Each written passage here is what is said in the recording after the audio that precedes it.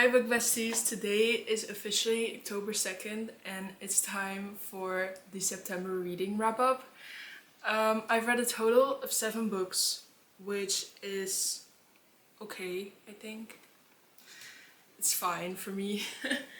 I've talked about most of these books in previous reading vlogs, like when I was on vacation, or the reading vlog where my friends pick my books. And I don't really remember a lot about some of these books, so I'm sorry if this video is kind of chaotic, that's why. So yeah, let's just start with the first one. And the first one was one that I have read on vacation, and it's The Fiancé Dilemma by Elena Armas. And I gave this one 4 stars. I don't know. Every Elena Armas book, like The Spanish Love Deception, was one of the first books that I have ever read when I started reading. And soon after, The American Roommate Experiment came out, and I read that one. And I don't know, I just love both of these books. Like, I think The Spanish Love Deception was my first ever 5-star read. Or like one of them. Don't judge me. It's just something about that book that just hits so good for me. And The Fiancé Dilemma is a bit the same. I just love their bond and their chemistry and their vibe and their banter. So it's about Josie, who has a total of 4 failed engagements. And then she also has a previously absentee famous father, and when her father announces his retirement with a splashy magazine piece about family, Josie learns that her romantic history has become a PR nightmare. And Matthew Flanagan has lost his job, and while traveling to Green Oak to escape, he manages to get his car stuck. The first person he comes across happens to be his best friend's sister, Josie, who oddly introduces him as her fiancé. So the story starts when Josie meets Bobby. Bobby is a PR person for her father, and they're talking, and Bobby is being this person. And then at one point she sees Matthew, his car getting stuck. So she goes out of the door and says hello to him by saying, "Baby and love of my life." So Bobby assumes, before she did that, obviously Bobby assumed that Matthew was her new fiance. So she did that, and then they end up pretending like they're engaged, and they have this wedding to show the world that Andrew, I think it was Andrew, like the father of Josie, that he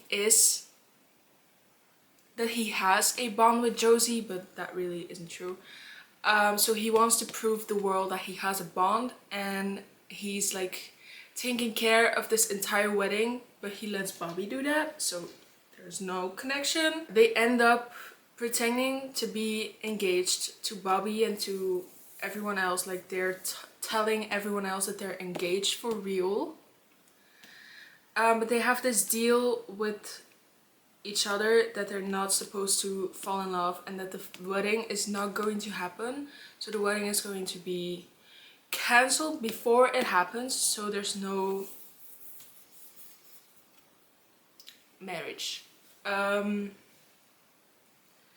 And there's one specific scene that I remember. It's so amazing.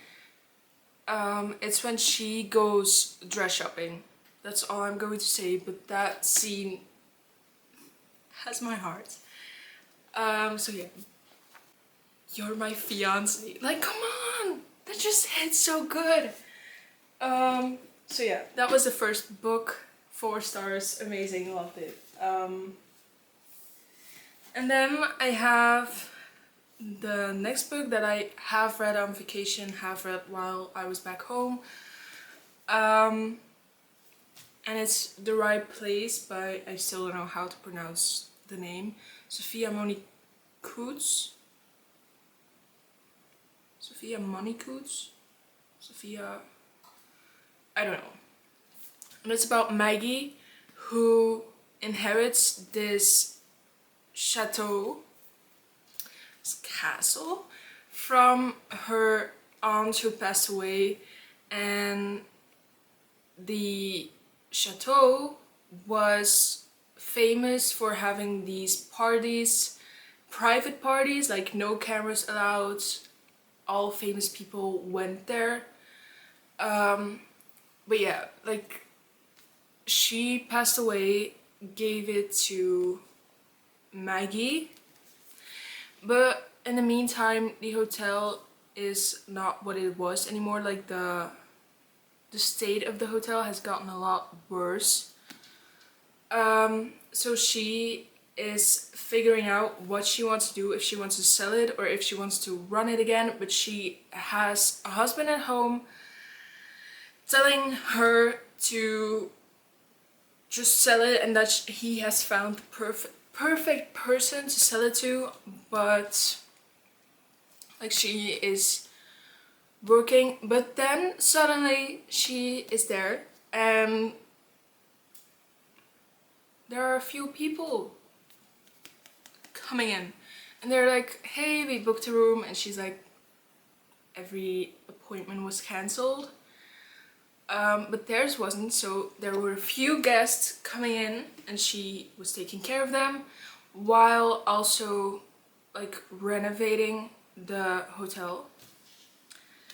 And then she met Gray, a Hollywood star who is having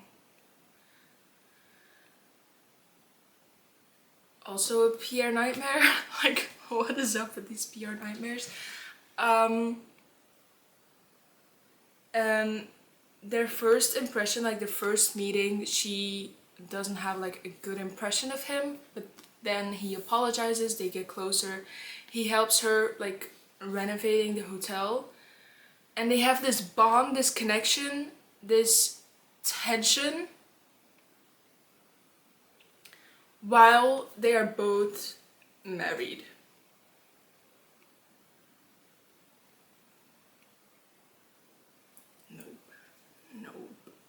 Nope.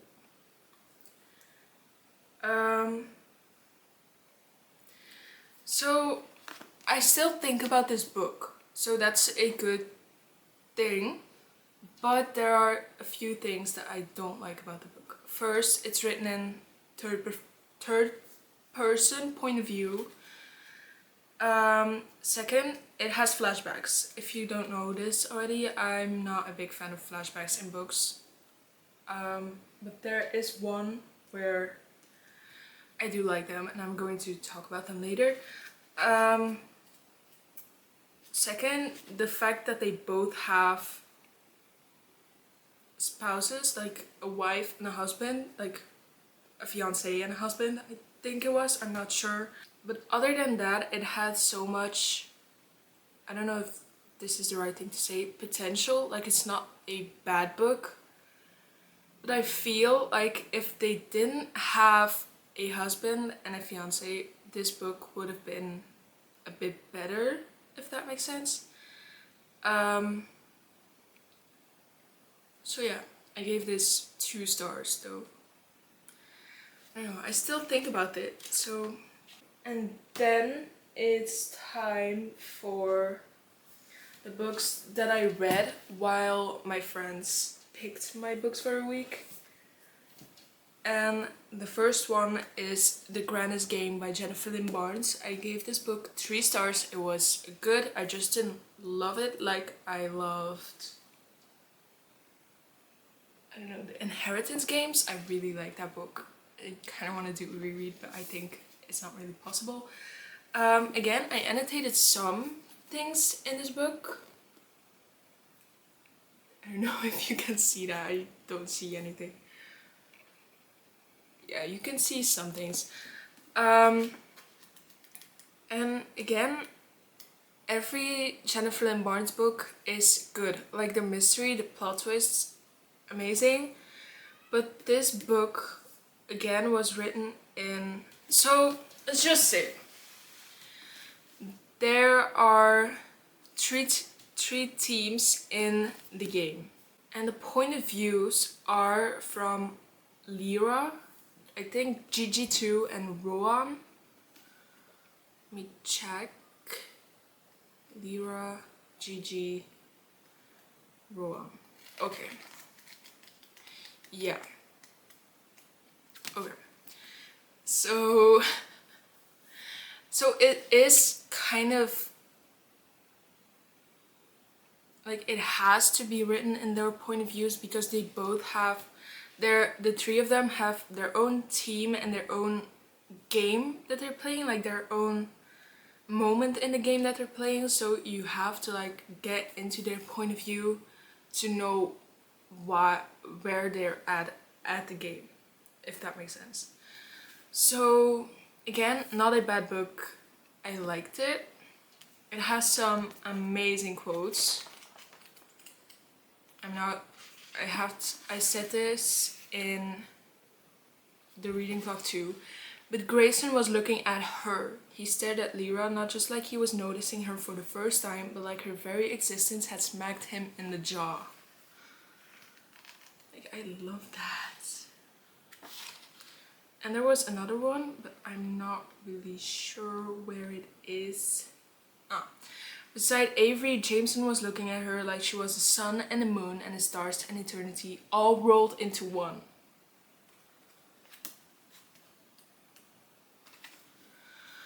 Like, that's amazing. So yeah, I love that. Yeah, like I said, it is like it has to be written in their three point of views because it is necessary in the book. That was the word I was looking for, necessary. So you can read at where they're at in the game, and yeah, that's just nice in this book. So 3 stars. The next one I think that I read was Hate Mail by Donna Marchetti. I gave this 4 stars. I love this book. I remember texting my friend who picked this one. I can't believe that I have had this book on my TBR cards for so long and I had no intention to read it or like no intention to like pick it up, and that I wasn't longing to read it, if that makes sense. But this was amazing, and this book has flashbacks and I actually like the flashbacks. It's not really a chapter, like the flashbacks aren't really a chapter, it's their letters from the past. So Naomi and Luca have been pen pals since 5th grade. Like their classes were pen pals with each other and they were pen pals from each other. So Naomi sends the first letter to Luca. She's this sweet girl. He sends back where he's this mean little boy, and she's like, should I ask the teacher for a new pen pal or should I just not let him win the game of who is the meanest? So she sends one back that is even meaner. Is that a word? I'm not really sure. And he sends one back when he's meaner, and they're like this forth and back game of being mean towards each other, and everyone in their class stops writing the pen pal letters towards the other person they're pen pals with, but they keep going. All of these years they kept going. I think it's 12 years that they have been writing towards each other, being this mean person. Like it was their escape from reality, I think, like, yeah. And then the letters suddenly stop. 2 years later, Naomi gets a new envelope out of the blue at her desk at the local news station. And she wants to write one back because it's from Luca, but she has no return address. So she goes on this adventure with her best friend slash colleague to like search his address where he lives. So the first place they go to is his childhood home, and then another place and another place and another place.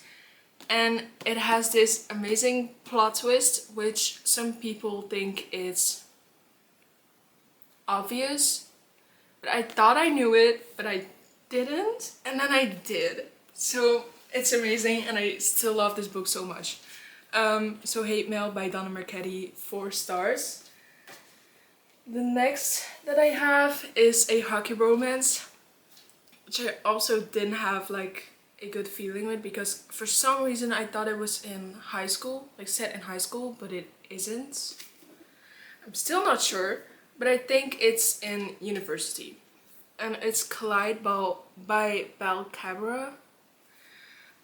Summer Preston's professor has to do an unexpected collision course with hockey captain Aiden Crawford, and she hates everything about hockey.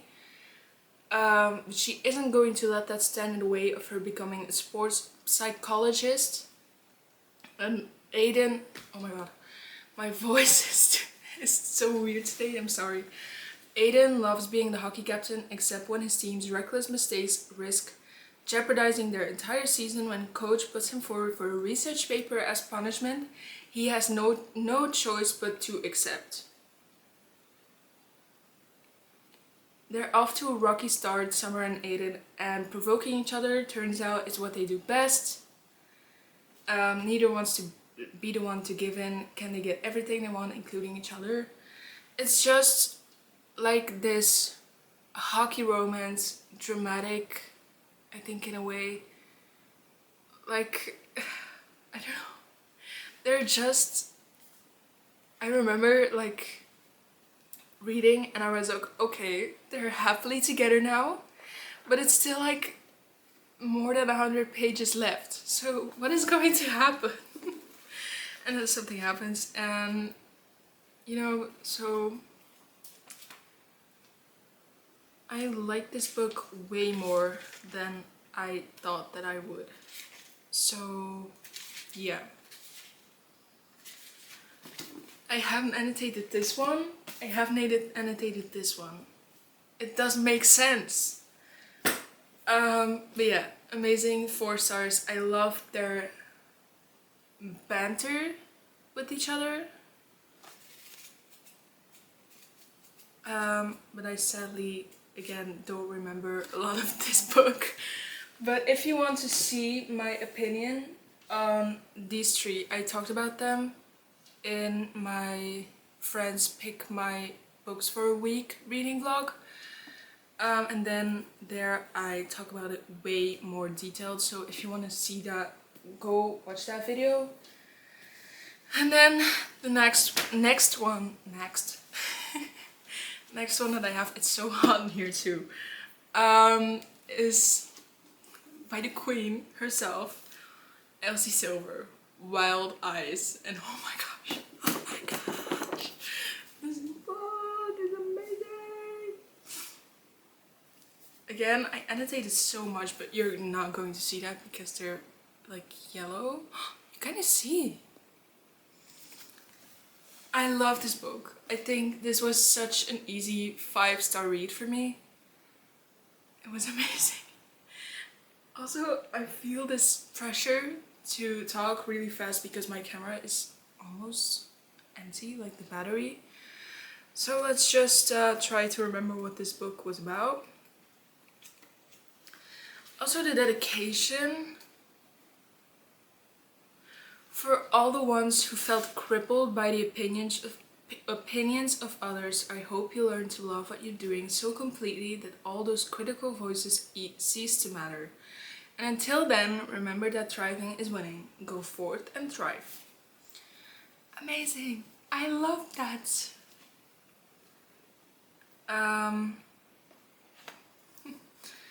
So, big city singer Skylar Stone goes to Rose Hill to meet with Ford Grant to record an album all on her own without her father or agent to tell her what to do. So she goes there, but on the way there she sees a bear. And what does she do? She goes there to try and take a picture with the bear. Like, what? Girl, no. But luckily for her, Weston Belmont, I forgot his last name, oh my gosh. Weston Belmont sees her and like saves her life. And then she meets his sister at the recording studio from Fort Grant, like Rosie Belmont. And she's like, I didn't know you were coming so soon. Like Ford said, I didn't know you were coming so soon. Like the houses where the artists can stay aren't ready yet. And Rosie's like, I know the place for you to stay because there are no hotels in this summer season available. So I know the perfect place to stay. My brother's bunkhouse. Is it bunkhouse? I think it was. So she goes there with Rosie, and there she sees West working on something. I don't know what it was. Was it barbecuing? No, it wasn't barbecuing.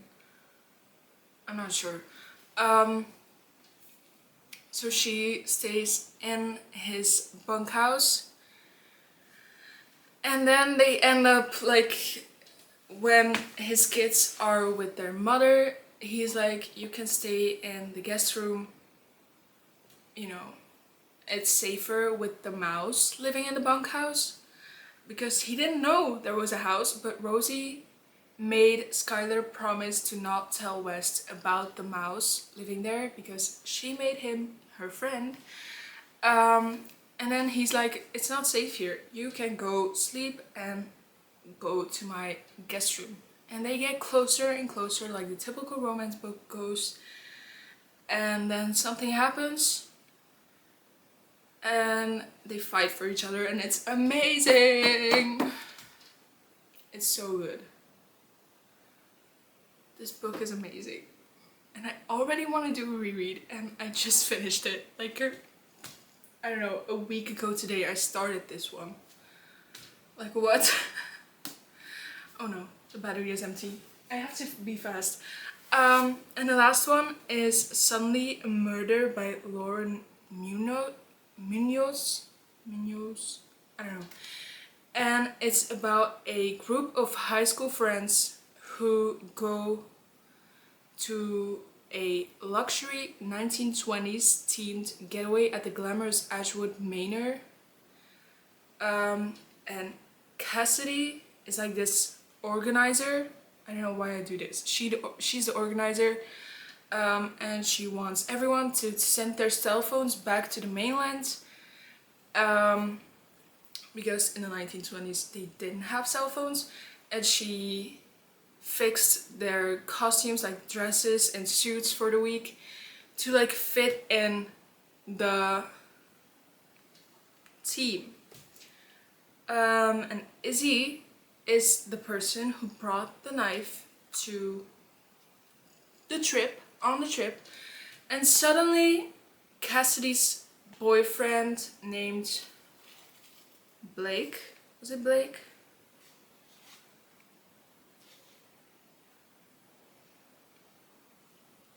Blaine, oh my gosh. Blaine is found dead. And there's this investigation by detectives that were called by someone, I don't know who called them. And like secrets get revealed, motives get revealed, and there's like this story, and the entire story is written that you believe that one person killed them. I'm not going to tell a name because I think that's a spoiler. But then there's this plot twist at the end, and I don't know, I just liked it. So I gave it 3 stars. I read it in like a day and then lasts 100 pages the next day, so it also reads like very, very fast. It has like 300 pages, so it's a really small book, but still such a good one. So definitely a good recommendation if you want to read like a murder mystery. So yeah. Anyways. And now my battery is going up. That doesn't make sense. Anyways, these were the books that I read in September. And if you enjoyed this video, please consider subscribing. It's completely free and it helps my channel a lot. Don't forget to like this video, comment if you have read any of these books and what you thought of them so we can talk about them. And yeah, don't forget to like, subscribe, comment, share, I don't know what else. And I'll see you next week. Bye.